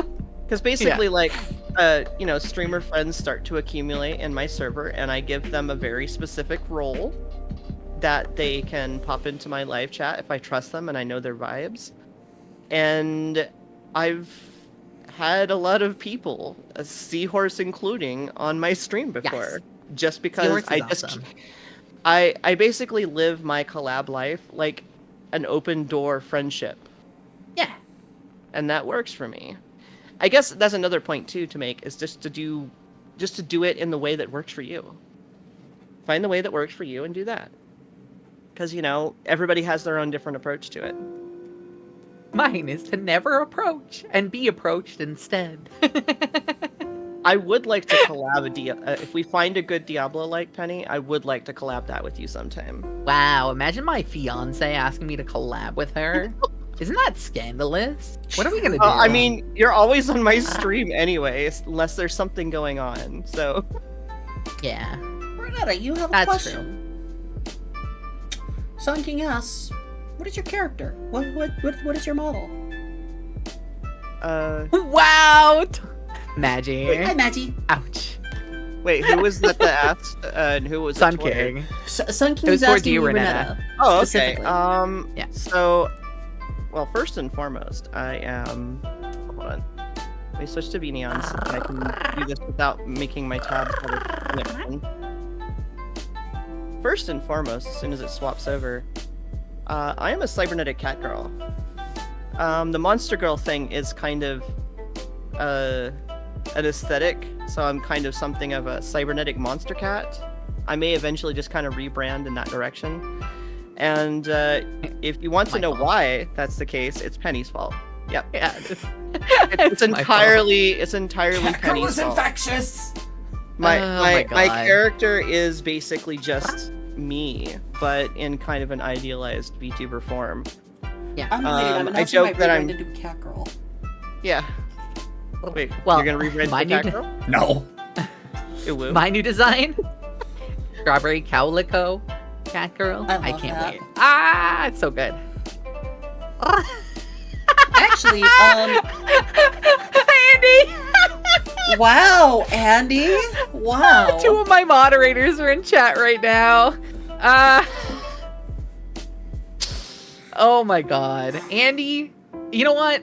I'm sorry, Maggie, but I will pick favorites and say that, Andy, you are my favorite moderator. You've been around since, like, the beginning of my streaming career. You're amazing and supportive and fantastic, and I know that Maggie won't take it personally, because, like, it's Andy. Andy has so many swords, and still wields them all with the utmost care and attention, and it's crazy how much that one person can influence a person's streaming career. But I will say that I would not be half of the streamer I currently am if it wasn't for Andy's support. Full stop. Appreciate That's that's it. good. And Andy's cute. Yeah. And Maggie's cute. As my fellow moderators. Yes. Anyhow, do we have any other questions? Does anybody have any other questions? Otherwise, I'd like to hear if my guests have any big projects they want to plug. Yeah.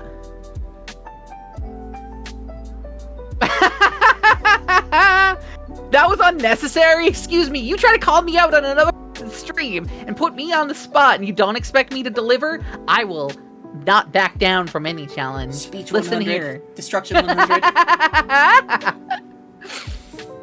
Never unnecessary. Ad coming in 5 seconds, and I am sorry, I have no more snoozes. If you do not have a sub to the channel, I'm sorry. Sorry. Apologies. While we wait for the ads to roll, That's capitalism. I just wanted to take a moment to say before we like plug all your stuff, because I'd like you to plug your stuff after the ads. that's Thank fine. you so much for being here. I mean, absolutely. I've you. had an amazing time being here. And, like, honestly, I wasn't sure how it was going to go, because I really haven't really done this type of content before, if that makes sense. Like, you know, I've been on people's streams, but I haven't, like, had deep conversations with On other a scale people of about 1 to various 5, topics. you've done about a 6. Nice! I would like to appreciate you saying that. I would like to correct you because you've had those conversations on my stream when they went in that direction. Well, not in a structured environment Oh, with okay. planned Yeah. questions and all that Oh, kind of fair. stuff. Fair. And I do apologize in advance if I talked over anyone. I'm still getting used to Same for me. having like this whole structure thing. Yeah. Yeah. I'm terrible for, like, at least for me, I'll start talking over somebody, I'll immediately realize it, then I'll stop, and then I'll, like, apologize usually. Unless they like immediately like completely back away, and then I'm like, well, now it'll just be awkward. I might just gotta get the words out now. That's the epitome of it, and they were both Yeah. bottoms, but in speech format. Yeah, exactly. Yeah. Well, Maggie, they were planned questions, but not ones that I was provided, which I kind of prefer that way, because then you get unadulterated, like, answers, Yeah. responses, right? Like, I knew a general idea, topic-wise, what today was going to be about. I'll be honest, I interpreted it differently, and it wasn't anything like I expected, and that's fine. I'm okay with that. And big But, shout like- out to the last Seahorse for helping me come up with this new structure. Yeah, awesome. Sure. I love that. Seahorse is fantastic. Yeah, Seahorse is awesome. Shout out to Seahorse. Mods, Yeah. mods. Mods. Sorry. I shouldn't ask your mods to do things. Number 27. Shout mods, out. put Penny in the Pear Wiggler. Horse. And the pear wiggler, no! I love Maggie trying to use the mod commands. That's God, I gotta funny. I'm gonna be home alone tomorrow. I'm probably gonna be cleaning my. I'm probably gonna be deep cleaning my room tomorrow before I stream or anything like that. Do Gonna it. crack open Do the. it. Gonna crack open Dewey, the computer tower, and just clean them all Do out. we? Yeah. Yeah. Yeah. Oh, I've got library theming on everything I do. My chat love it. mascots are snippets. My love it. chat is the booklets. My mods are the librarians. If only I was that well put together with theming. This Like- is the one way I can use my business administration degree. Right? Like, I have a monetary themed name because I like the pun so much, and I didn't use money at all in any of my fucking branding. Like, I could have been a lucky cat, for God's sakes. Like, that would have fit. That would have I fit mean, the that's just theme, senseless of you. right? I know. Honestly, Imagine having that does sense. fit the theme. I I know. mean- I thought about it, but I was like, too late now. I've committed. I've committed to what I wanted to do. Instead, I will be a strawberry calico cat girl because strawberry cows are cute, and I wanted to have big milkers. I mean, what? It's fine. Don't read into it too much. It's fine. Actually, Maggie, that's something I want to plug soon once the ad break is over with. After think my it's guests over. do their plugs. Isn't it? Ad break Has is ending somebody- in 3, 2, 1. We're back. Welcome back. Welcome back. So I'd like to ask my guests right now. Do you have any big projects or big things coming up that you'd like to plug? Ah, yes. I And will don't say plug. butts. Well, I mean, That's for fine. That's Wow. for me and Penny's next visit. Wow. TOS. I mean,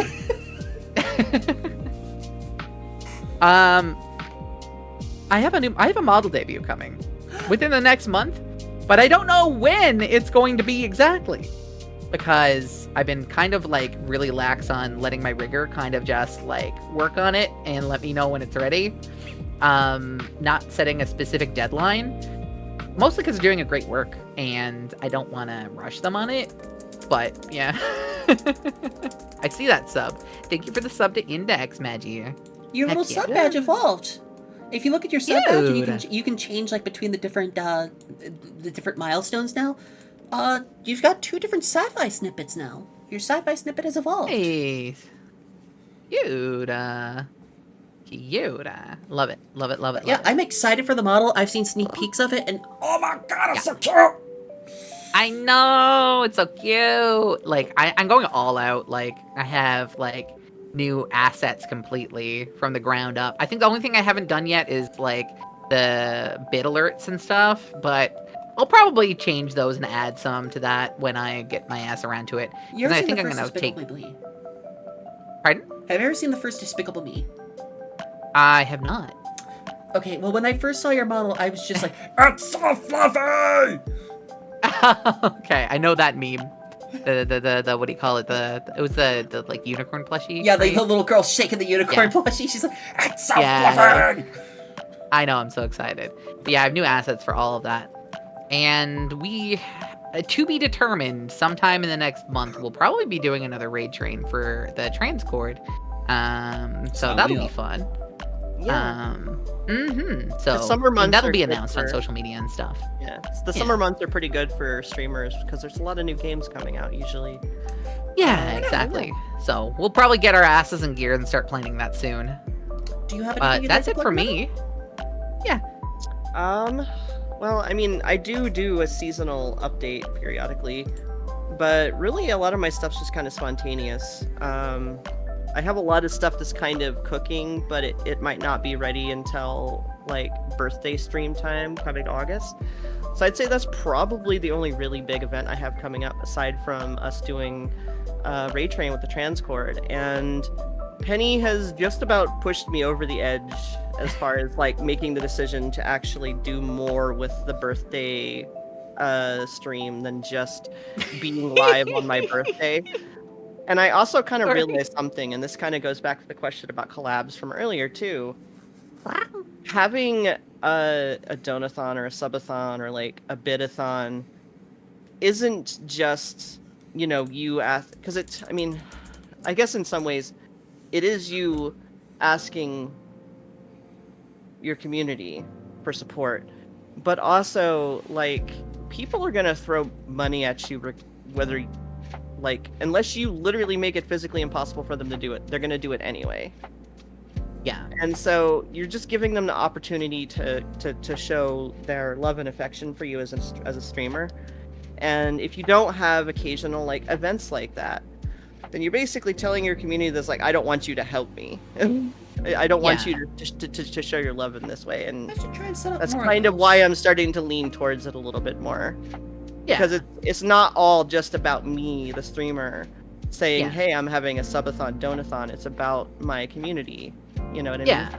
It's an event, and you can make it exciting by doing different things with it. Yeah. And nobody is ever obligated to ever put any money towards any type of thing like that. Yeah. The only reason, so like as an example, like the only reason I have a new model coming within the next month is because of a donathon I did in October. I literally went to my community and I was like, I don't need a model that is uniquely mine, but I would love to have one. And here's a bunch of things that I'm willing to do and be silly on camera and do all kinds of random bullshit for your entertainment if you want to help me get this. But there's never any obligation. I'm still gonna stream. I'm still gonna do things. But if you want to contribute to it and make this a reality for me, you can. Yeah. And I raised more than I thought I would, and then spent more than I raised because I am ridiculous and wanted a really good model, even though like I had one lined up, and then like communication broke down and all this kind of stuff, and then I ended up searching for something that was like as good as that one. I ended up spending twice as much as I expected. But I mean, the way I looked at it is that was just more support that I had throughout the year, right? Like, I didn't have to pay it all up front. I got, a lot of people were really generous around the holidays. All that just kept on going towards stream assets. But I'll be honest, I spent like, Reminds me, probably when I- close to like, Yeah. She $4 did. grand. And she's still spending things on assets and pretty little things to show to. But they're so Three. cute! How could I say know. no? So long as you have enough to care for yourself. Yeah. I mean, And that's what I always Yes, say to but- people in the chat. Like, if you want to donate to me, if you want to donate to any of my guests, if you want to donate to any streamer ever, please make sure you make sure you have stuff for yourself left over. Yeah. yeah, absolutely. If you're giving so much that you can't pay bills or that you can't feed yourself, please don't. No, we wouldn't want you to do that. We would be Oh, upset yeah. with you if you did that. Because, like, anything that you give us, it's, what you deem as, if you have the ability and capacity to do so, it's just like you paying for a movie rental or a video game rental or, picking up a new cool toy. It's like you're just giving us a little bit of money to say the entertainment and value that we provided you is worth your money, and we appreciate that. And most of us end up taking most of that money and throwing it back into the streaming because we're crazy like that.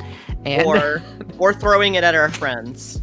Yes, or doing that. That's what Renetta does. Renetta makes a lot of her own assets, so she gets money from Twitch, and then she ends up like using it in other people's channels. She throws way more bits at me than she should. Me being her fiance. We're saving for a fucking house, honey. Stop spending bits of my channel for I've got a fuck's sake. 50-50 thing personally.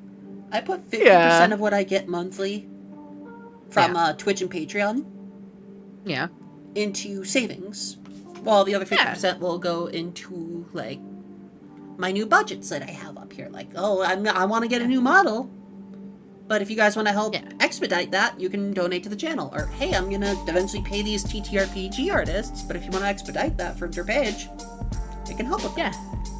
Yeah. Or it could be me and put 120% in and spend money above and beyond what people give you because I have a problem. And then also buy 16 games in this. Hey, first okay. Don't attack me like that. Now, to be fair, oh wait, I bought those 4 games today. Never mind. I'm up to 18 games for the Steam Summer Sale. I can't say anything. I was gonna be like, hey, I only bought 12 games, and I was like, wait, no, I bought and those. Oh no. I was actually thinking of getting the entire Disgaea suite, like 1, 2, They're expensive though. 1, 2, 5, 6, 7, because 3 will never get a PC port. 4 is good though. You already own 4. No, 1, 2, 4, 5, 6, 7. Yeah, I was about to say. I'd have to look into the emu simulations for 3. Yeah, womp womp. Well, I mean, didn't they release 3 on Switch? Nope. 3 has only ever been on PlayStation 3. Oh, wow. That sucks. I really like 3. But, yeah. You bought... But, yeah. Oh, yes. I did buy you a game, too, and a bunch of other people. Yeah, there's a really cool indie game. Can I Renetta? plug a game? Renetta, you're... Oh, thank God. I just saw the way your model is cut off on screen. We didn't see the bottom at the top. Sorry, I didn't mean to Twitch meta on your stream. Wow. I was about to say we're Twitch meta now. We're Twitch meta. Yeah, I'm assuming you have links blocked in your chat, correct? No. I always say, like, if you'd like to post a link, just ask me first. Like, just tell me what the link is. Yeah. So there's a really cool indie game that's on sale for like $1.50. And I want to plug it because the developers are really fucking cool, and they usually show up in people's Twitch chats. And the game plays like a Game Boy Color era Legend of Zelda game. It's called Prodigal. It's really fucking good. I'll take a look at it later. Are you okay with me posting the link to it in your chat? Yeah? Yeah. Okay, there you go. This game is amazing. It's so good. I played it on stream a while ago, but it's 90% off right now, and it has like a solid like 20 plus hours of content, and it is incredible. And I bought it for a bunch of people today. It's so That's cute why looking. Yeah, I know. That's why Maggie was just like, you bought me a game, you goober. It seriously meant a lot, but still. And I was like, yeah, that's the game I bought because it's really affordable and very, very fucking good. So yeah. Yeah. That's my indie game plug, because I am very much a fan of indie games and absolutely adore playing them. And this particular company deserves more support because Color Grave makes amazing stuff, and they have a new game coming out soon that's a spiritual sequel to this one. So if you like this one, you can check out Veritas when that one comes out, I think in like 4 days. I will definitely check They them both out. They also gave me a free key for the game, or for the Curse Crackers. Yeah, their other and one. you don't have to. Like they've been very nice and very, very respectful. Man, I wish some devs would hit me up. Yeah. Yeah. Like, hey, Well, I mean, they've been in my chat before. And, I rarely know when these games come out, but if like other devs are like, hey, we like your content, we like your vibes, we love you to check out our game. Like, hell yeah, I'll check out your game.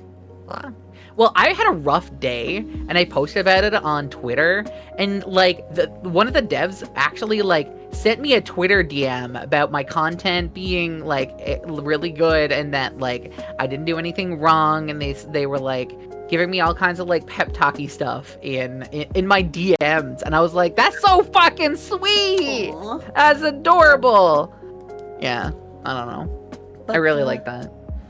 Does anybody I else will- have any other questions? I'm sorry, what was that, Bernetta? Yes. Oh, I was gonna add one thing to like, so, and Penny knows me all too well with this.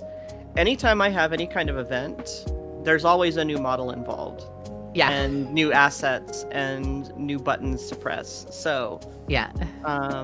just adding that for my birthday event, I will be working on new models and assets for the. Yeah. So, anywho, we're Yeah. any more questions? Yeah. Yes. Ask us questions if you have them. Please do. Yeah. Yes. If you don't have any, that's fine. I mean, we did talk your ear off for God knows how long. I haven't been keeping track. We have neared the 2-hour mark. Nice. If no one else has any other questions, I'd love to plug some of my stuff. Do it. Plug. Oh, wait, there's a question. Sure, Retro, please ask away. Wow. Also, Yes, how no, are I you know. three so cute? I was written this way, bitch. I am not cute, but thanks for assuming that I am. If I'm cute, it's because Penny is cute and her cute rubs off on me. Wow, so you're saying if I don't admit that I'm cute, then you aren't cute yourself. That is a trap. That is an actual trap. That is literal verbal abuse. Camille, No! you guys said something about a TranStuber Discord. Yes. Penny said you so- can DM her, I believe. Yeah. Anybody Yeah. who is a trans VTuber, it's closed because we want to keep it protected for obvious reasons, being 100 trans people in a room. Like, we don't want to have open join links or anything like that. So you have to, right? So you have to hit one of us up for a link to it. Only the 4 admins have access to put codes out. But yeah, just hit me up in DMs, Penny Senseless on Twitter, on Discord, or whatever have you. And if you're a streamer and you're trans and you want to network with other trans VTubers, yeah, do it, because there's a lot of cool ass people in there. And you don't need to be active either. If you only care about it for the events, that's totally fine. There's a lot of people who don't chat a whole lot, and that's not a big deal. We are planning on like once a season trying to run a raid train, and at the very least, being in there to participate in those is cool enough, right? But yeah, send us a DM if you wanna join. We have a very chatty, very open, very vibrant server, and it always impresses me. And the big thing too is like, Yeah. remember that none of us got into the situations and struggles we find ourselves in, and we shouldn't have to get ourselves out alone. So I recommend anybody having a community, especially as a trans person, because society's still kind of shit. Not gonna lie. Yeah, I mean, we talked about that earlier in the stream, Yeah. where like one of the most important things that you can have are people that you can connect with, and You can DM me as well. I am a mod on the server as well. We Yeah, do exactly. probably need to add more mods though. Well, since yeah, we I'm do. not here. We haven't really worried about it too much because like the server is kind of like not. We haven't really advertised it a whole lot recently, so it hasn't really like grown much. Like it's as much as it did initially, which is fine. Like we're not in it to like have a giant group of people. We just want people there that want to be there and be comfortable, right? But we were saying before, it's like a lot of people stop doing things, stop openly being trans, and like going back and trying to tape their shell back together with duct tape, or leaving the creator space as a trans creator because they don't have support. So that's why we started that server. It's so we could have a place where people could be supported and where you could network with other people that were like-minded. And like that's ultimately why it exists. There's no ulterior motive. We just want people to be able to talk with each other and interact with each other and support each other and tell stories about transitions and ask questions and also like streaming related questions and, you know, network and keeping yourself safe. Or where I can grab 'Cause, new like, people yes. for the podcast. Yeah. yeah, exactly. Or I could just now, of course- grab you. Yeah, and I mean, there's also the incidental. There are multiple people that have gotten in relationships with each other since they joined the server. Because let's be honest, you put so many trans people in a small community with each other, you know, sparks might fly, right? It's funny. Yeah, You know what I before just we- realized? I need to add What? I need to add our engagement bands to all of my models now. before we yeah? wrap up, Yeah. but before we wrap up for the evening, because we have hit that 2-hour mark officially, Yeah. I'd like to thank my lovely guests once again. To the amazing Aw. Renetta Sheehan and Penny Senseless. Yeah. Thank you so much, my Yeah, friends, for thank being you. here. Thank you for having us on and having this kind Yeah, of thing. absolutely. I was very nervous about having you guys on, I will admit, like, especially after... Why? Well, Sorry. I've been very Immediate nervous reaction. lately, like we were talking about earlier, like, your friend that blew up and all that. Oh, yeah. I've had anxiety, like, especially, like, after the advice I asked for, and, like, I have been worried if I've been good about this, and I've been trying to be more mindful of it, and thank you so much. Mm-hmm. Yeah, absolutely. Retro, you asked who would win in a fight, Kramer from Seinfeld or an Angel from Evangelion? An Angel, because Kramer deserves to burn, because his actor is a scumbag. Who would win in the fight? Angel would win, yeah, because Kramer is Actually- terrible. Actually, even a death murderer robot would probably not want to have anything attached to Kramer on any part of their body. Even So their Kramer, viscera. because the angel would just be like, nah, Brad. That ain't I gotta set up a walk soundboard so that away. whenever his bruh. name is uttered, it gets censored automatically. Yeah. Very unfortunate. Yeah, very unfortunate human. Yeah. But allow me to plug a couple of things of my own before we wrap up. Yes. You far away. The TranScribeCast is going to be continuing. I'm going to be trying to get an episode out every 2 weeks or every month, hopefully. A month would allow me to, like, gather, like, more material and, like, better prepare my guests, whereas every 2 weeks would allow me to get more content out regularly. And I will leave that up to you booklets to decide on the Discord server. After we wrap up here, I'm going to be raiding out into someone, and then, speaking of the Discord server, we're going to be having an anime night. Oh, cute.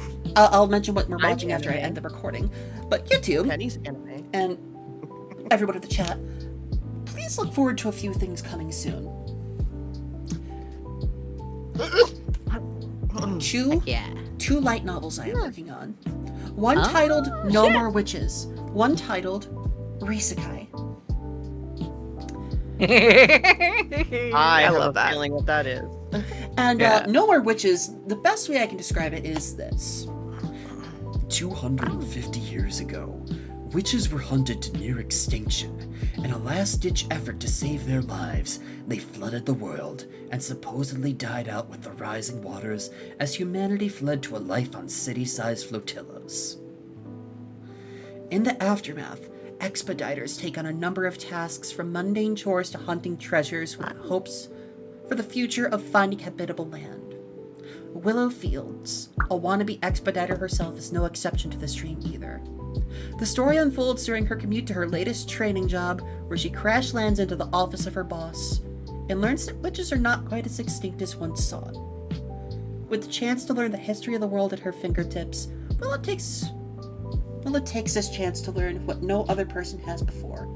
All the while, makes herself a target to be hunted by the very people who were once hunted themselves. And Risekai. Have you ever thought about the story after the end of the story? What happens to the world after the hero has won? After the ultimate evil is gone? And every legendary figure has passed on into memory and stories.